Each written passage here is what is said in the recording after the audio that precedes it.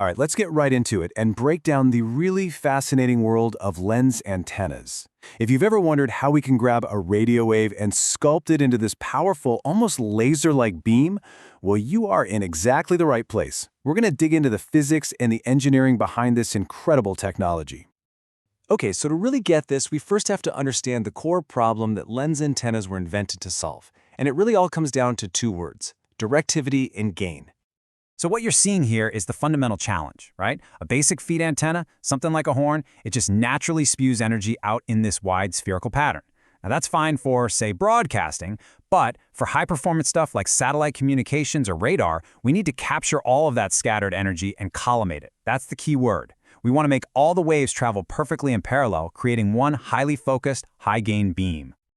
So how do we get that perfect collimation? I mean, reflector antennas are pretty common, but let's explore why the lens antenna is such an elegant and, in many ways, a much better alternative. And this, right here, this highlights the killer advantage a lens has over a traditional parabolic dish. Think about it.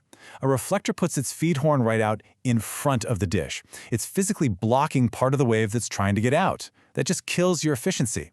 A lens antenna, on the other hand, puts the feed behind it, giving you a completely clean, unobstructed path. Now here's something you really got to understand. The lens itself isn't technically the antenna. The whole system has two parts. You've got the active element, that's the feed antenna actually creating the wave, and then you have the passive lens. We call it a parasitic element because it's not hooked up to any power. Its one and only job is to grab the wave from the feed and totally reshape it. Okay, let's get to the core principle. How does this transformation from a sphere-shaped wave to a perfectly flat, planar wave actually work?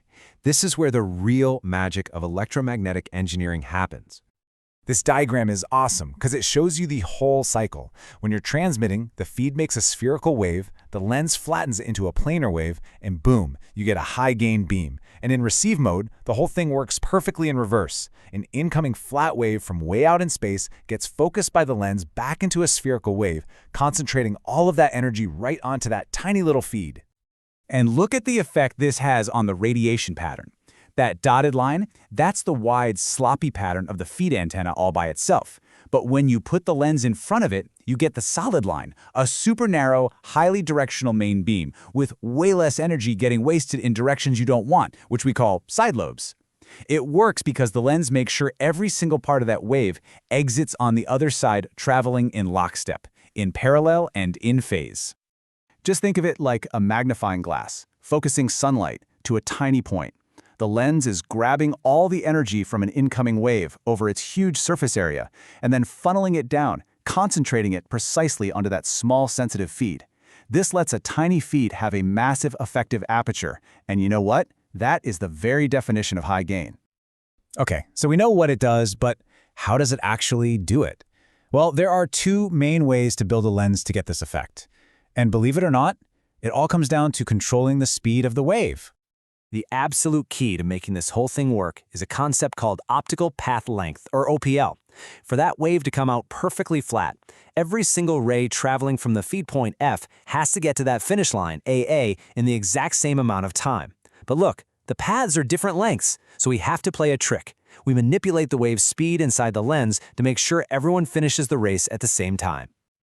So, the first type is a dielectric lens. You can think of this as a delay lens. The material here has a refractive index bigger than 1, which just means the phase velocity, v', inside the lens is slower than c, the speed of light. So the ray that has the shortest trip, right through the middle, is forced to go through the thickest part of the lens. This slows it down just enough so it comes out at the same time as the rays that had a longer journey through the thinner edges. And the second type? It's the complete opposite.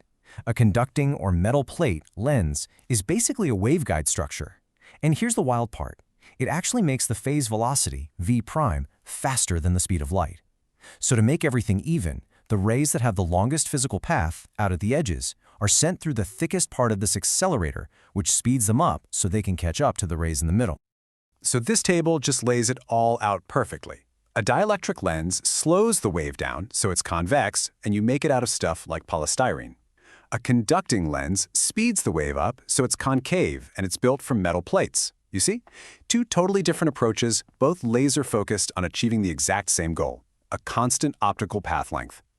So, if these lenses are so amazing, what's the catch? Why aren't they everywhere?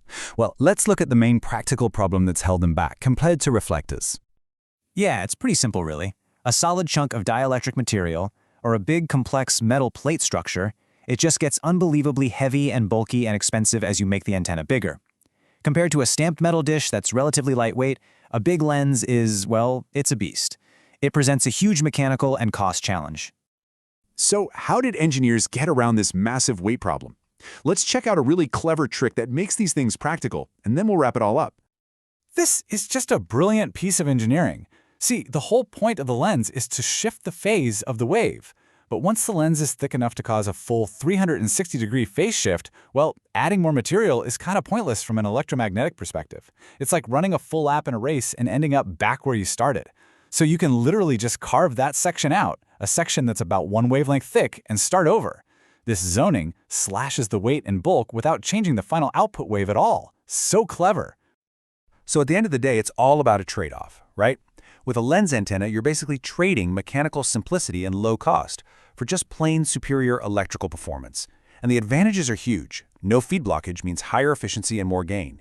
And because there aren't things in the way scattering energy, you get lower side lobes and much, much better noise performance. And this right here, this brings the whole story together. You start with a simple feed. You use the lens to transform its spherical wave into a perfect planar wave, and the result is that beautiful, high-gain, narrow beam. And that's exactly why this technology is so critical for things like microwave links, precision radar, and especially for low-noise radio astronomy, where not having any blockage is absolutely vital for picking up those incredibly faint signals from space. So that leaves us with one final thought. Where does this all go from here? As we push into higher and higher frequencies, antennas naturally get smaller. So what's next? What kind of innovations in metamaterials, or maybe 3D printing, could let us create super lightweight, low-loss lenses that finally beat reflectors in every single category? That right there is the next frontier for this amazing technology.